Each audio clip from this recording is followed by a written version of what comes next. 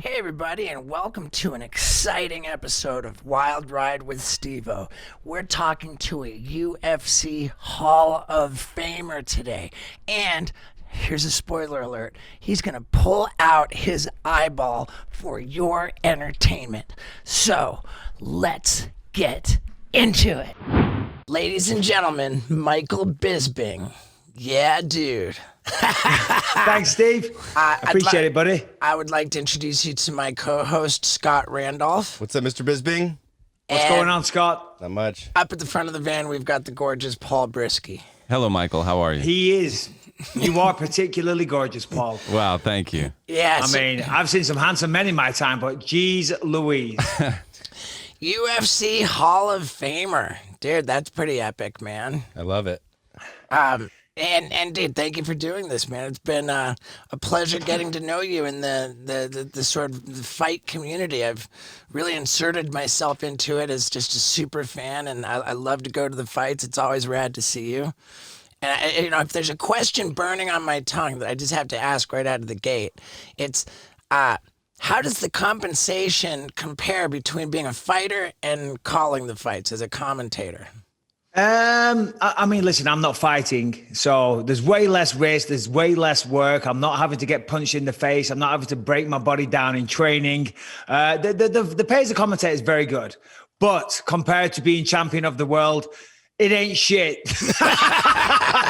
But it's very good though. It's a very, very well paid job, and I'm very grateful and very lucky to have it. And I truly enjoy it. I'm so passionate about it. No, the pay's fantastic, but as I say, if you're champion of the world, it's next level. Right. Okay. And I didn't mean to start off with a particularly invasive, rude question or anything. Quite all right, my friend. But I just want to tell you, I really think you're good at it, man. I absolutely, what a treat to be able to watch the fights, get this insightful commentary, and really have a laugh, man. Like you crack me up when you're commentating, and all of the thanks, Steve. Yeah, of course.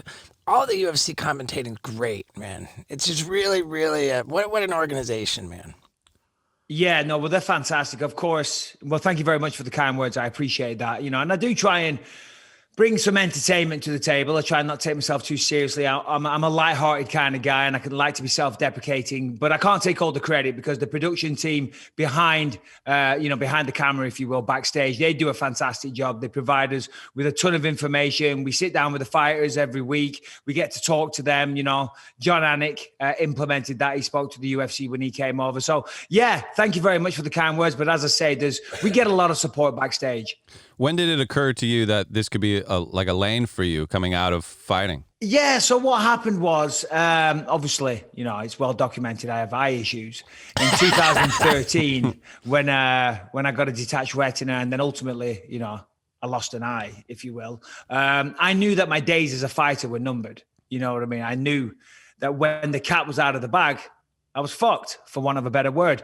So I started doing everything I could to open as many doors as I can, because I thought at some point soon I'm going to have the rug swept from under my feet, no more fight career, and and then how am I going to make money? So I was doing everything I could. I started working on some acting, started working at Fox Sports, started doing analyst work, doing a podcast, doing anything I could to use my platform, for want of a better term, right? I know that sounds like a little arrogant, but when you have a platform, you got to use it, because when you're a washed up ex-bum fighter, nobody gives a shit. You're one of many. But while you've got that platform, take advantage of it. So that's what I did. And I started, obviously doing a lot of pre-fight work, pre and post shows on Fox, doing UFC Tonight. And then slowly but surely, after 8 goddamn years, they gave me a shot behind the desk. That's great. But I got there eventually. Yeah, I don't think that anything about that sounded arrogant. I think a platform is it's exactly what it is. And did I hear you right when you just said that your detached retina, that your eye issues, that you kept secret? You said when the cat was out of the bag? Yeah. I mean, I don't want to go too deep into detail. You know what I mean? But yeah. I lost vision in the right eye a long time ago. You could only see and you didn't tell anybody. It's crazy. Only my only my wife and a very, very couple of close people. But coaches, training partners. Fortunately, the legal requirements to fight you're still classed as clinically blind. So 2200 vision is still classed as clinically blind. So it was a difficult one. It was very stressful because the problem is every fight that you have, you know, you do your training camp, you fly to wherever it is. You know, I used to fight a lot internationally. So let's say I fly to Australia, you do an entire training camp, you fly all your team out there. Obviously, the training camp is very expensive.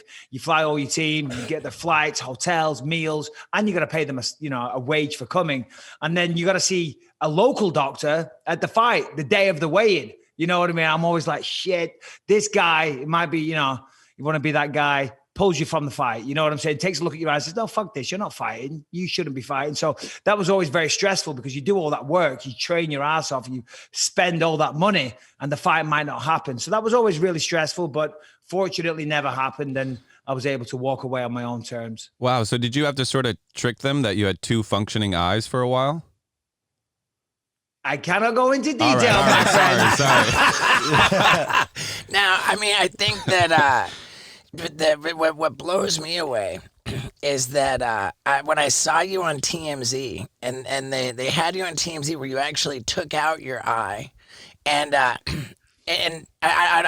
do not want to ask you to do that. I'm not asking you to do it. We did this show for UFC at one point called the Watch Party, and Adam, did you see the episode that we were on? I didn't see it, no, but funnily enough, I'm doing it again this weekend. Oh, are you? They've asked me to do a Twitch stream. Twitch, is that for video games? Yeah, and I love the UFC. There's nothing I won't do for them, but I'm just concerned about it because with the Watch Party, you've got like an actual production crew in your house, and you know they're going to edit it, they're going to put it together, it's going to look great. But with the Twitch, it's just a constant stream, like. You know, like the whole, you kind of have to be on the whole time. And I'm just like, well, what if I just like trail off and I'm watching the fights and I'm not like, engaged. I'm nervous about not giving quality. But you're doing it, right? No, I don't know. I haven't decided yes or no. But when we did the Watch Party thing, and I haven't seen the episode either, you did take out your eye for me. And it's so fascinating to me. That I don't know if they included that in the episode or not. No, I was just thinking, you're right, I did. I totally forgot all about that. Obviously, you don't drink anymore, Steve-O, but right. My boxing coach does. and I don't see him very often. And I don't drink that much these days either. Contrary to popular belief, everybody thinks I'm this crazy party animal. I'm really not. I mean, when I was younger, I was a fucking nightmare. But these days, I'm pretty good. I'm 42 yesterday. But Jason Prillo came up, and I don't get to see him in a social function very often. And the UFC, they brought drinks and brunch and food, and it's a watch party. It's a Saturday morning. I've got no work, so I had a few drinks. So I was like, "Hold on, did I?" I'm like, "Oh yeah, I did." Yeah, but it's so fascinating to me that you've got an artificial eye. It's completely fucking fake, but you control it. Like, when did this technology become a thing? I mean, tell me about it, because if I don't have it in, my eye looks terrible. It looks a mess. And, I'm working on an acting career. I'm very lucky. I'm landing a few roles here and there. But obviously, nobody wants a fucking actor with a fucked up eye looking like a cyclops or a fucking something from a horror movie, unless the character is written like that. You know what I'm saying? So I'd go in for all these auditions. And I was always so fucking self-conscious. You know what I mean? That's all I was trying to do, hide my eye, stand a certain way or whatever. So I'd go see these opticians, and they had these specialized lenses that had like a fake eyeball, but it was off-centered. So you put it in and it kind of looks real. But then after a while, what it would do was drift to the center, and it would look even worse. So when I'd work at Fox Sports all the time, I had like a little makeup compact. And anytime we cut to B-roll or commercial break, I'd have to always pull it out and recenter it all the time. That was my life. And I was going up to this optician's. It was like a 2-hour drive away from me. I had to go there every 6 weeks. It was a fucking pain in the ass. And then eventually I thought to myself, I'm over this. I'm just going to get a glass eye. I'm going to have it removed and have a glass eye. So I made an appointment with a doctor here in Orange County. And she looked at me and she said, you don't need, we don't want to operate. That's always the last resort. She said, there's a doctor close by that can do these prosthetic lenses. Turns out this place that makes them 5 minutes from my house, right? And they hand paint it and match it perfectly. They do a fantastic job. And the best $3,000 I ever spent in my life. And that's what she said that day. $3,000. And Yeah, it's just not the way that you picture it either. Like when you take it out, it's like yeah, oh, dude, is he doing it? Ah, Oh he my did, God, yeah. Oh wow. Absolutely unbelievable. I didn't want to ask you to do that, Mike. Nah, you're but- good. I mean, the only reason I did it once on my podcast. Hold on, excuse me. The Believe You Me podcast. Yeah, That's right. I did it on there because the guy I do it with, my co-host, he turned up and he's wearing sunglasses indoor while we're doing the show. So I'm bitching at him a little bit. I'm making fun of him. I'm like, who the fuck? Oh, look at this rock star. You know what I mean? And he starts talking shit to me. He said, hold on a minute. I've seen you showing up at press conferences with sunglasses on. And I said, yes, you're right.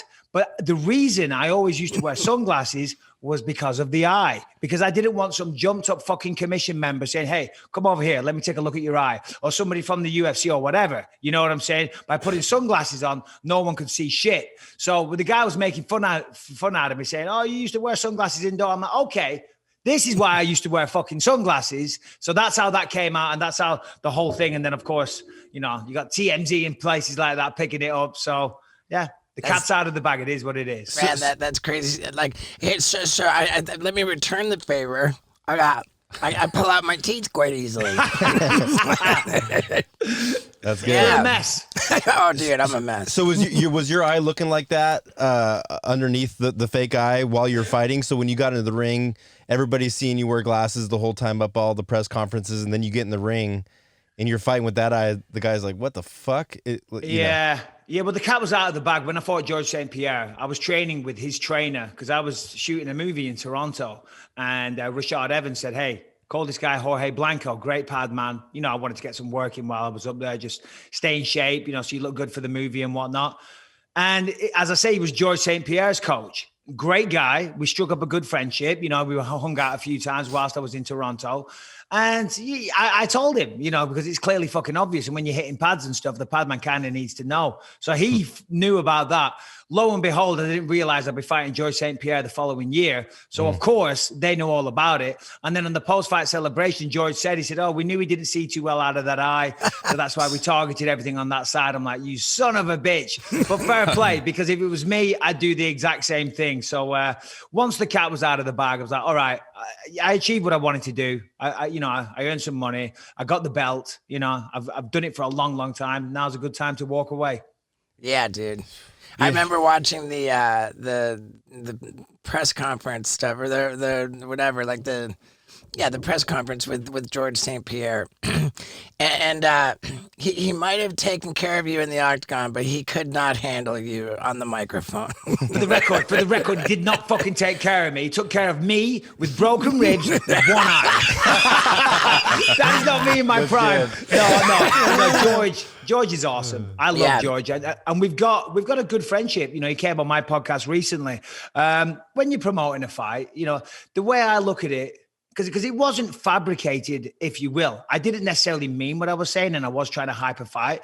But also at the same time, you know, this guy is trying to fight me. He's going to try and knock me out, choke me out, take my world title. And if I'm going to fight someone, then, you know, I'm going to build a little animosity. Mainly just because that's who I am. And I like to, you know, if we're in this situation, that's how I'm going to handle it. And it's fun for everybody watching. It helps build the fight. But yeah, once it's all over, me and George are fine. But I remember one time we were doing some press tour. I think we were at the ESPN studios and whatnot.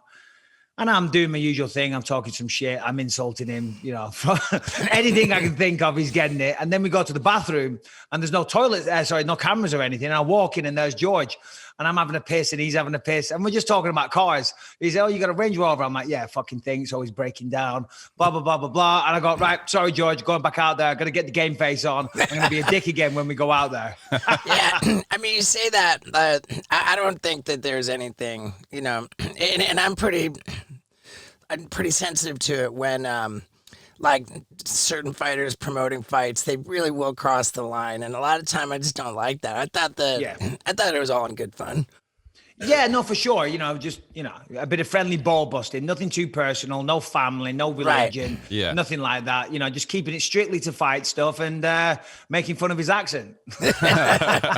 Right. Are you and Luke Rockhold friends now? Do you guys bury the hatchet, or are you still kind of... You want to know what I have in common with both those guys? I am a top athlete. Yeah, and I've been talking about going on a big old bike ride from Los Angeles all the way to San Diego, and ladies and gentlemen, that time has arrived. It's happening this weekend, and I couldn't be more excited about it, and I couldn't feel more prepared because I've got my zero sugar hydration stocked up and ready to go. It is called Element, and I bet you don't know this, but one of the biggest problems among top athletes is actually drinking too much water, where your electrolyte levels and your sodium levels drop to dangerous lows. And that's what this product is all about. It's also extremely delicious, but most importantly, it keeps your electrolyte levels, your sodium, your hydration right where you want it for serious major workouts. And this company, Element, has offered my Wild Ride listeners perhaps the most generous deal that I've ever promoted. What is it? They're going to give you an absolutely free sample pack, which comes with 2 pouches of citrus flavor, 2 pouches of raspberry, 2 pouches of orange, and 2 raw unflavored. That is 8 completely free packages, and all you have to pay is for the shipping, just $5, and they're going to ship it to you. Now look at this deal. If you don't like it, then they're going to give you your shipping money back. There's absolutely nothing to lose. Again, it's probably the most generous deal I've ever promoted. So how are you going to claim this deal? You're going to go to drinkelement.com/Stevo. That's DRINKLMNT .com/Stevo. Yeah. And that's going to get you this deal. One more time, drinkelement.com/Stevo. Get your free sample pack and work out, man, because I'm going to. Now, let's talk about Luke Rockhold. I've got no problem with Luke. I don't know if it's reciprocated, that feeling, but he's down. He trains where I used to train. I don't get in there very often anymore, but I'm going down there tomorrow. But yeah, he's down at the Ruka Training Center quite a lot, so I'm looking forward to bumping into him. That should be fun. But yeah, I'm sure Luke's a great guy. I say this all the time. Daniel Cormier is someone that I have a tremendous amount of respect for. He's just a solid human being, you know, as well as an insane fighter and commentator. He's just a fucking good guy. And if DC has him as one of his best friends, I'm sure Luke's a good person as well. You know what I'm saying? Mm-hmm. It's just that when you meet under those circumstances where you're going to fight, where you're rivals, you know, that's not conducive to making friends. You know what I'm saying? But I'm sure if we met under different circumstances, there's a possibility we might have got along. Mm-hmm. That's funny. I'm reading your book right now. It's phenomenal. When you teased it on the Believe You Me podcast, when I think Lewis asked you about going to prison, you're like, I'd rather not get into it. So I'm like, fuck, I got to get this book. I have 2 questions about that. Why didn't you read? Well, first, to your point of, like, you know, not being really friendly. When you fought Rashad Evans, he was not your friend. And then after, you're like, you want to shake my hand now, fucker? Like, I thought that was pretty cool. And then you're talking about you're training with him now in like Montreal or Toronto or you know, whatever you said. And then the second is, how come you didn't read your book? What, it's somebody else's voice. I was expecting to hear your voice. Oh yeah, you're talking about the audio book. Yeah. Jesus Christ, don't get me started on that. So I tried to do the audio book, right? And I was traveling all the time with the UFC in regular times. That's what we do. It's not always at the Apex. So I was always on the road, but I spoke to the publishers. I said, listen, I do a podcast when I'm on the road, so I can sure as hell do this, right? I remember I was in Greenville, North Carolina. I'm sat in the hotel room. I'd done all my studying for the UFC. I'm like, I've got a few hours. All right, I'm going to record a few chapters of the book, or a chapter or 2, whatever. So I sit down in the hotel room, I get it out, I get the microphone, and I bring it up. Fucking, it's a wordy book. It's very, very, the first chapter, I had a lot of difficulties with the first chapter. I kept tripping it up. And then just as I start doing well, there's a knock on the door and it's the fucking maids, or then it's room service, or then there's someone next door having sex. I'm like, for fuck's sake. Do you know what I mean? I just couldn't get it done. And in the end, I said, you know what? Fuck this. Someone else can do it. Because I wasn't getting paid any extra money for it. So I apologize for not doing the audio book, but I tried and I almost had a heart attack. That's great. Yeah, I read just the first 1 or 2 chapters of my audiobook, and it was just the same deal. I had my comedy tour, and I was, you know, always traveling, and they just seemed to botch the scheduling of it with the studio. Yeah. But I think I'm gonna do that. I'm gonna go back and I'm gonna go back. I think we can do that, man. You know. Oh, really? I think I we think can I'd loop like back. to do it sometime. Yeah. Yeah, loop back because that way, because I've never even promoted the fact that there is an audiobook because it drives me nuts that it's not me reading it. So Yeah. I prefer. Yeah, no, I've had a few audiobooks. people on Twitter reach out and be like, yo, what the hell? You know, I was expecting you to be. And I was like, yeah, sorry, busy schedule and whatnot. And I did try, as I say, it just didn't go very well. If they booked me a studio and I went in there as a professional studio, that would have been different, you know. Right. But on this occasion, as I say, in some shitty hotel room and every distraction under the sun, it was not easy to do. yeah, dude. How long you been doing your podcast? Oh, about 4 years now, I think 3 or 4 years, something like that. Yeah, it's a lot of fun. You know, it's yeah. Sometimes we get a little carried away with what we're talking about, and then afterwards, I'm like, oh shit, did we really say that? Unfortunately, my co-host does not give a fuck about anything. So like, You talk about he Louis? gets a little bit too personal at times, but people seem to enjoy it. Yeah, for sure. It's great the way that you've got the UFC and you've got the world of comedy really just intersecting. It's And probably the Legion of Skanks are probably got your back now too. Yeah, maybe. But yeah, no, thanks, Steve. As I say, you know, I've always been kind of a lighthearted guy. So a lot of people, when they first meet me, they think I'm going to be this stern, you know, maniac. And listen, hey, I have my bad days. You know, I'm always trying to get better. I'm trying to be a better version of myself. But generally, if everything's going well, I'm always a, you know, happy-go-lucky type of guy. I guess people probably ask you all the time, but being sort of like, you know, at this intersection of comedy and you know, entertainment, like have you tried stand up? You ever thought about it? No, I haven't. You know, I mean, I did a one-man show in Toronto a couple of years ago. And I guess you could say that was kind of stand-up. I walked out on a stage and I did that. And there was about 2 hours and it was a sold-out crowd and people loved it. Got a really, really good reception. I was a little, you know, it was my first time doing anything like that. So I definitely fucked up a couple of times, you know what I mean? But everyone enjoyed it. Everyone had a really good night. So I'm planning on refining that, writing it out a little better. You know, that's my problem. I never prepare enough. I'll just wing it. I'm good. I know my life. I know what I'm doing. But yeah, I'm going to write it down properly, plan it, get some multimedia, get some, you know, some extra bits to it and take that on tour. But stand up per se, no, but I am going to do that. Sweet. Good, man. That's cool. Here's something that always interests me about the fighters in general, like choking people unconscious. It's just it's to a lay person, it's such a shocking and like crazy concept. But to a professional fighter, choking someone out is really like not a very big deal, right? It's like a party trick, kind of.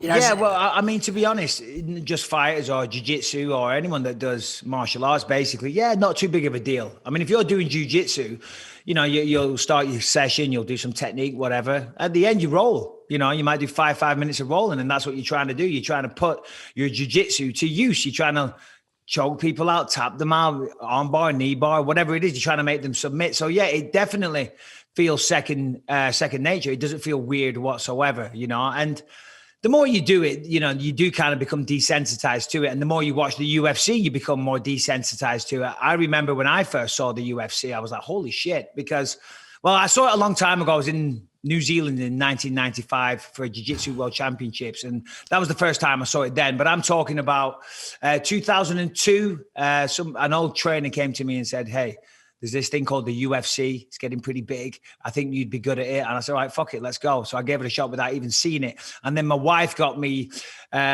ultimate knockouts or ultimate submissions or something for Christmas. And I sat down with my boys in 2002 and we watched it with beers in our hand. They're like, this is what you're getting into, Michael? I'm like, fuck. Yeah, looks like it. it's crazy. Cool. So like, have you in, you know, like, with civilian circumstances, like at a bar or whatever, like, you know, house party, like coffee shop, have had people say, oh, dude, would you choke me out? And Yeah. It's weird. I just don't understand it. You know, I don't do it. I don't do it at all. Not so much to choke me out, more the leg kicks. You know, Oh, a lot yeah? of people. that sounds Yeah. awful. There's a lot of weird, sick bastards out there. They want to be leg kicked, you know, and they'll go, hey, can you just, I mean, I've had people ask me to choke them out as well and leg kick, and I don't do it. A couple of times I did at the start, and then the UFC pulled me to one side. And I think the UFC actually sent out a mass email to all the fighters. From now on, Because it's a weird, like, fetish thing that guys want. From now on, if anybody asks you to choke them out or kick them in the leg, do not do it because you're at serious risk of a lawsuit. Because could you imagine if you hurt somebody? So, yeah, no, I don't do that. It's so funny. I was in Dana White's office, and I was, out there. I asked him if I could get a press pass, and that would sort of get me past the COVID bit, and so I could actually go to the fights in person. And I was like, "Yeah, dude, I'll make a rad video. I'll, promote the UFC. It'll be cool." And so, he was so nice to invite me into his office, and we hung out for like a half an hour. And I was like, what would make this video really perform? It's maybe if you choked me out. And I felt like I was so close. And he was like, yeah, it's kind of looked like he was really going to do it. Now I jumped up in the air and I'm like, yeah, awesome. And then I could see him kind of think about it. He said, why don't we do it in the octagon? At the fights tomorrow. Yeah. And I know never to bug him about that one again. No, Dana's the man, though. He is. Oh, my God. He's my hero. No, he's fucking awesome. He really is. I got so much respect for the guy. He's my hero, dude.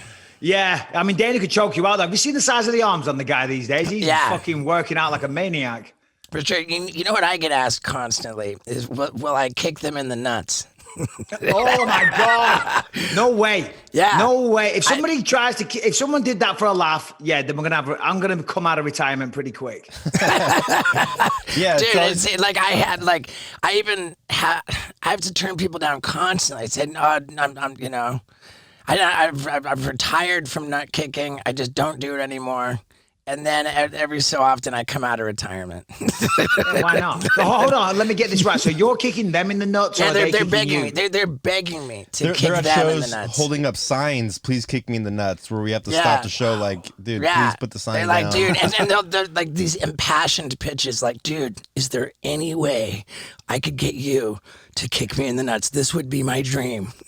What is going on in the world? I mean, I know we're in some funny times these days. You know what I mean? And it's bad news to be a man. You know what I mean? Especially a white man. But asking someone to kick you in the fucking balls, Jesus Christ, get a grip. Especially in Australia, like he would kick him in the nuts, they get back up and want it again. Like 3 or 4 times you kick the same person in the nuts. It's been going on for a long time too. But hey, what are you gonna do? I mean, everybody has their like niches. It's like you get asked to get leg kicked. Stone Cold wants to get arm wrestled. You get do people try to fight you, Michael? Like, you want to talk about fighting?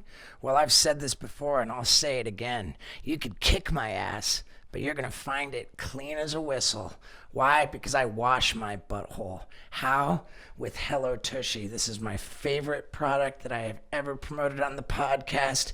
It is a bidet, which you attach to your toilet very simply, very easily. It's totally affordable, and it really washes your butthole. You twist the little knob, and you get a refreshing spray that just blasts all the poop away. It's like pressure cleaning your butthole. It's better for the environment. It's better for your butthole. And when you buy it, you get a 60-day risk-free guarantee plus a 12-month warranty. And how are you going to do that? You're going to go to hellotushy.com/Stevo, and that's going to get you 10% off your order too, plus free shipping.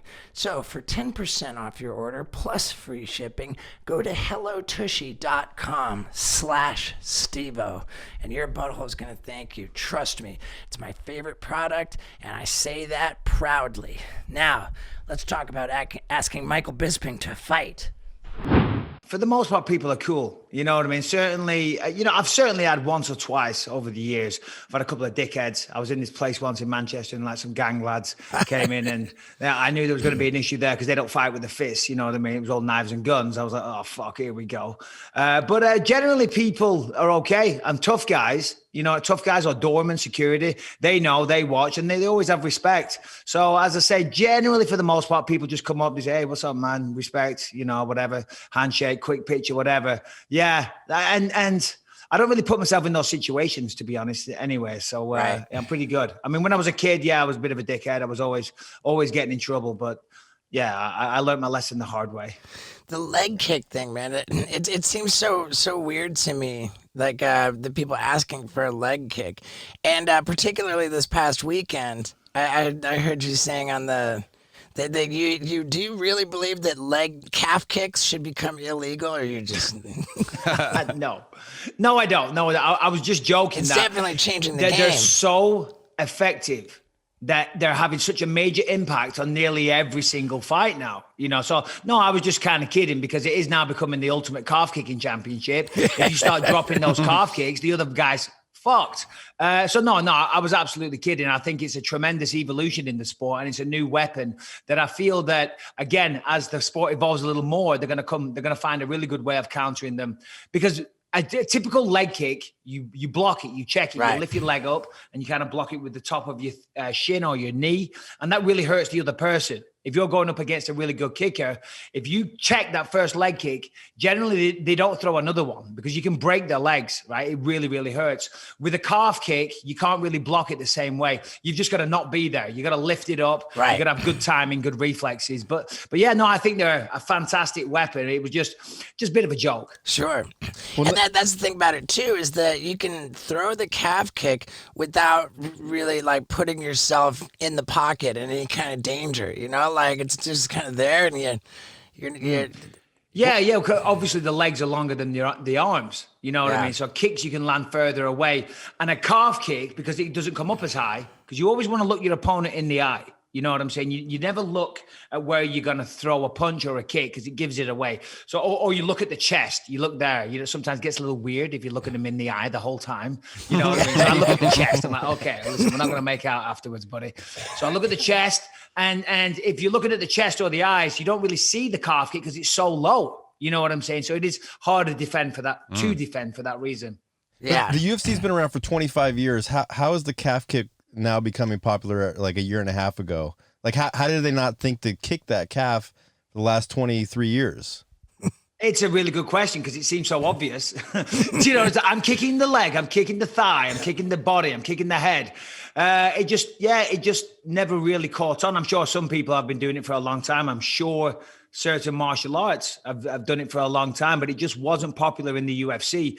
And I've lived out in Thailand, for many months and trained out there extensively, and was never shown a calf kick or anything like that. I'm glad they weren't around when I was fighting, because they look like they fucking suck. Do you know what I mean? You see the calves swell up and people get taken clean off their feet.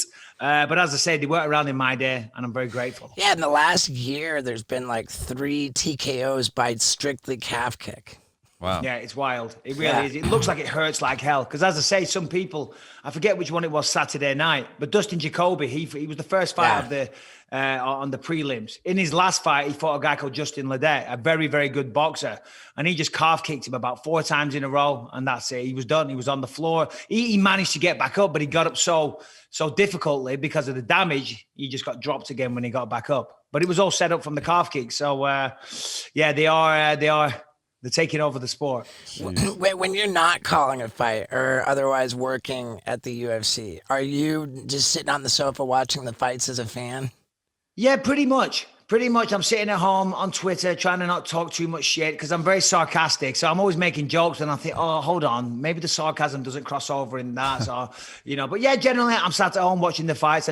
Obviously, as a commentator, you know what I mean? It's important that I do. I need to know fighters' history. I need to know the prelim guys, and I need to know their history and their backstory. So when you're commentating a fight, there's so much work goes into it. I don't just show up on Saturday and start calling the fights. As I said before, we have a fighter meeting on the Wednesday or the Thursday. That takes a few hours. And then every fight on the card, I put about two hours research into each fighter. So it takes a full week because you got to give the guy on the prelims having his first fight in the UFC on the first fight of the night. I try to give them just as much respect and focus as the guy in the main event. Because they're making the same sacrifice. They're putting everything into it. They're putting their life on the line, essentially going out there. So you can't think, oh, he's the first guy in the prelims. Fuck him. I'll just look at his record and whatnot, So there's a tremendous amount of research goes into it. So yeah, so when I'm sitting at home, same thing. I'm watching the prelims. I'm doing all that stuff. I'm taking mental notes. Yeah, and the Contender Series as well. Huh? I mean, it's a lot of fun, man. Yeah. So when you started in the UFC, of course, you could have all these logos all over your shorts, like all that. It's great. You get all this money from sponsors, and then all of a sudden that goes away because there's the Reebok deal, and you're not getting any money from the Reebok deal. Like, was that like? I asked this I asked Ronda Rousey, and she was like, "Yeah, well, like look at the NBA. Look at do they have their own little sponsors all over the uniform? Like, no, this was the UFC becoming legitimate." And I thought that was an interesting take. But part of me wants the fighters to be able to, get fucking paid. Yeah, no, I hear what you're saying, and certainly there was a booming period where with the sponsors, you were making a lot of money. But then it kind of calmed down a little, to be honest, and the ass kind of fell out of that market. I don't know why, but there wasn't as much money to be earned. I think maybe got oversaturated or whatever. And when the Reebok deal came in, there was a tiered system, and I was lucky because I was in the top tier. You know what I mean? It was based on the number of fights that you had, and I'd had many fights in the organization, so I was lucky. I started at the top tier, and yeah, listen, there was definitely still a drop in money. I can't lie, you know what I mean? But I will say this as well. I actually said it to Dana. At least now we always get paid, because a lot of these companies, you'd have shorts all over your patches or whatever, and you'd have little arrangements that your manager gets for you. Good luck getting paid. The next 6 months after the fight, you're chasing them up, you're sending emails, phone calls, and a lot of them just don't pay. One company that I was with, fuck them, Fear the Fighter. Never paid me for a full year. And that was prior to the Reebok deal. I could have gone with anybody. Do you know what I mean? So, at least this way you were guaranteed to get your money. Good. Cool. Hey, can you explain something to me and maybe probably 90% of America is a Scouser? But hold on. From what I understand, a Scouser is a fighter from Liverpool. So do they have to be born in Liverpool? Like, are you considered a Scouser? No. I was born in Cyprus, right, which is an island in the Mediterranean, but it was on a British army base, so British soil. No, you don't have to be a fighter. A Scouser is just somebody from Liverpool. Okay. If you're from Liverpool, you're a Scouser. And they all fucking talk like this, mate. So good fucking luck understanding the fucking words when you get there. Like, no, seriously, mate, you won't understand the fucking words. Right? They all talk like that. It's hard to understand.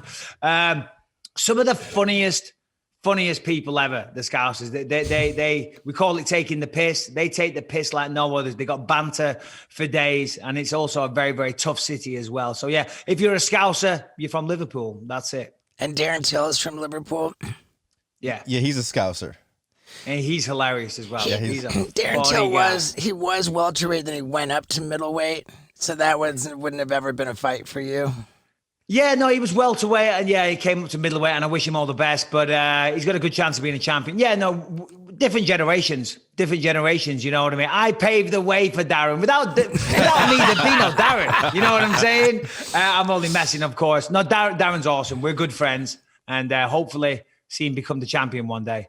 Yeah, it's interesting to hearing in your book you talk about weight cuts, and you're like, oh fuck, you're eating Chinese food 2 hours before your weight cut. Like doing that yourself back in the day. I mean, how much different is it than nowadays when there's like a science to cutting weight, right?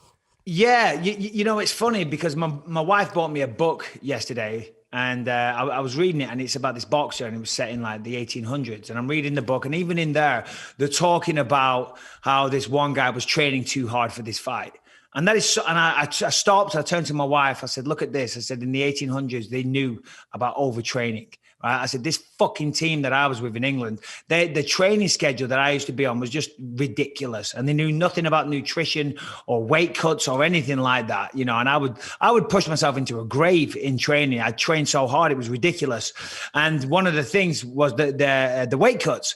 So I knew nothing of cutting weight. And when I was a light heavyweight, I was weighing 205 pounds, and I was fighting Rashad Evans, and he was in the sauna killing himself, cutting 20 pounds or whatever to make 205 pounds.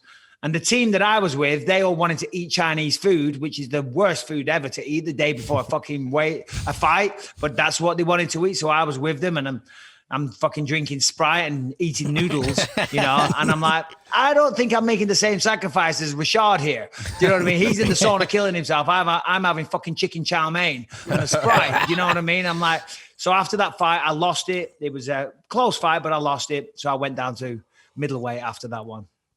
Yeah. Cool. So Now, what about like merch? Do you have like? Did you have like once the Reebok deal comes in, or you know, the whole time? There's the UFC merch, and then you have your own merch as well that you sell yourself. I do not. No, I've You still never don't? ever done any merch or anything. Yeah, I'm. Oh, We Yeah, can I help wish I you. did. And I'm sure there is some out there because I've looked online. I can go buy a Michael Bisping t-shirt from one of many Mickey Mouse motherfuckers.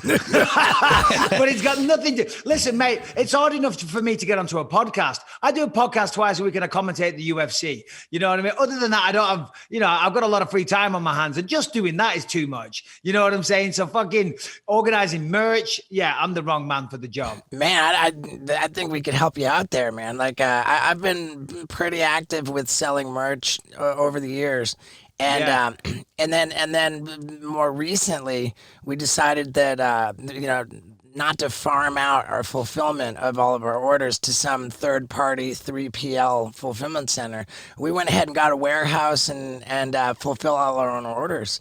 And we wow. do it pretty simple, pretty easy. If you want us to fire up a Shopify store and start selling some stuff, we'll hook you up. And on top of that, you get 100% of all your revenue. All we need to do is just build in a handling fee for the shipping. Oh, no, of course. You know, it's funny because I have a friend of mine that owns a brand called Violent Gentleman, and he's doing some podcast merch. So we're about to start that soon. But yeah, some personal merch. Definitely, Steve. Let's talk. I mean, yeah, and whether it's us, whether it's not, I mean, who cares, dude? Yeah, I just recommend getting in the game because it's pretty remarkable. Like, when you stick with it, when, you know, after a while, like, it becomes like a pretty substantial. Yeah, it's funny you say that because the other day, you know, everybody spends too much time on social media. The other day, I'm looking and I see Max Holloway's, and I was just curious. You know, you click on his profile, see how many followers he's got now, because I thought he's super successful. I guarantee his followers are going up. And I looked and it was, I forget, 3-4 million or something. I'm like, holy shit, good for him. And then you swipe to the left or right, whatever it is, and then it takes you to his shop on Instagram. And I'm like, what the fuck? I am missing a trick. I've not done this ever. So it's funny you mentioned that. I was just thinking about it the other day. Yeah, I mean, either way, man, I recommend getting into it. And how about Max Holloway got essentially no credit?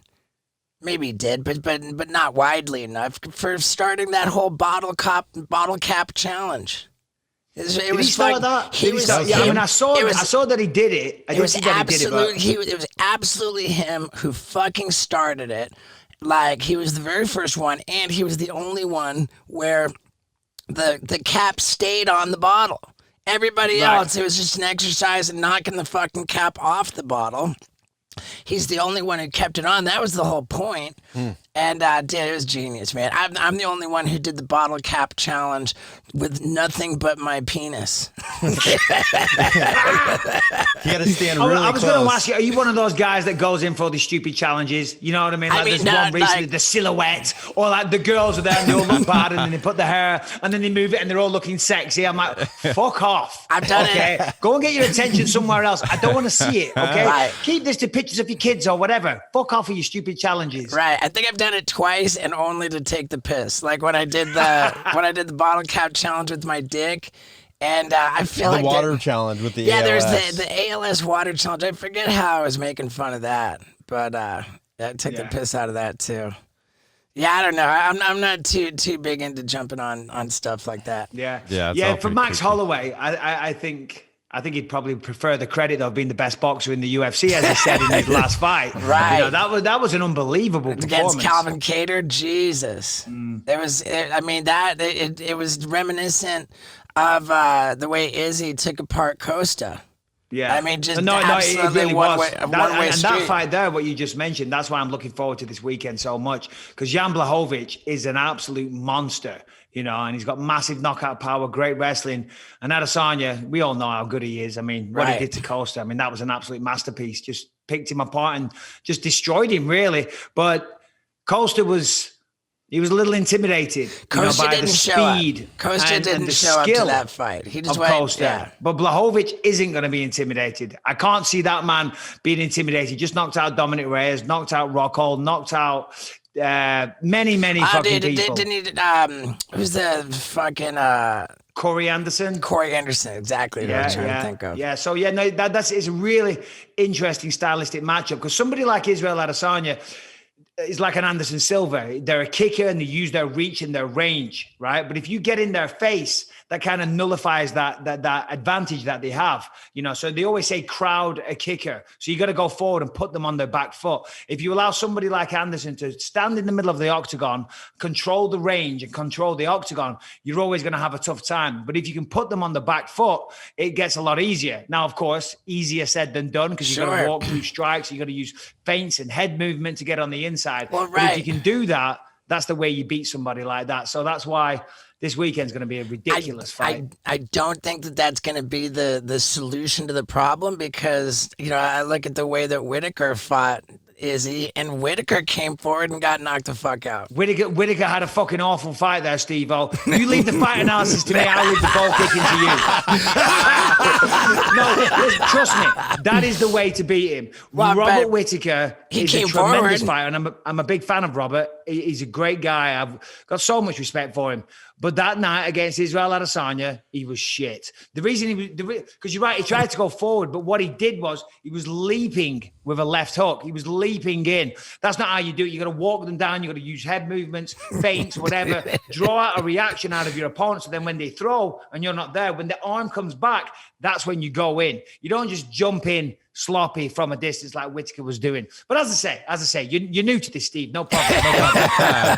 Let me ask you this, and it's not like technical fight, but I see people accusing both John Jones and Israel Adesanya of avoiding each other. Like they're saying as soon as John Jones decided I'm going up to heavyweight, then Izzy came up to 205.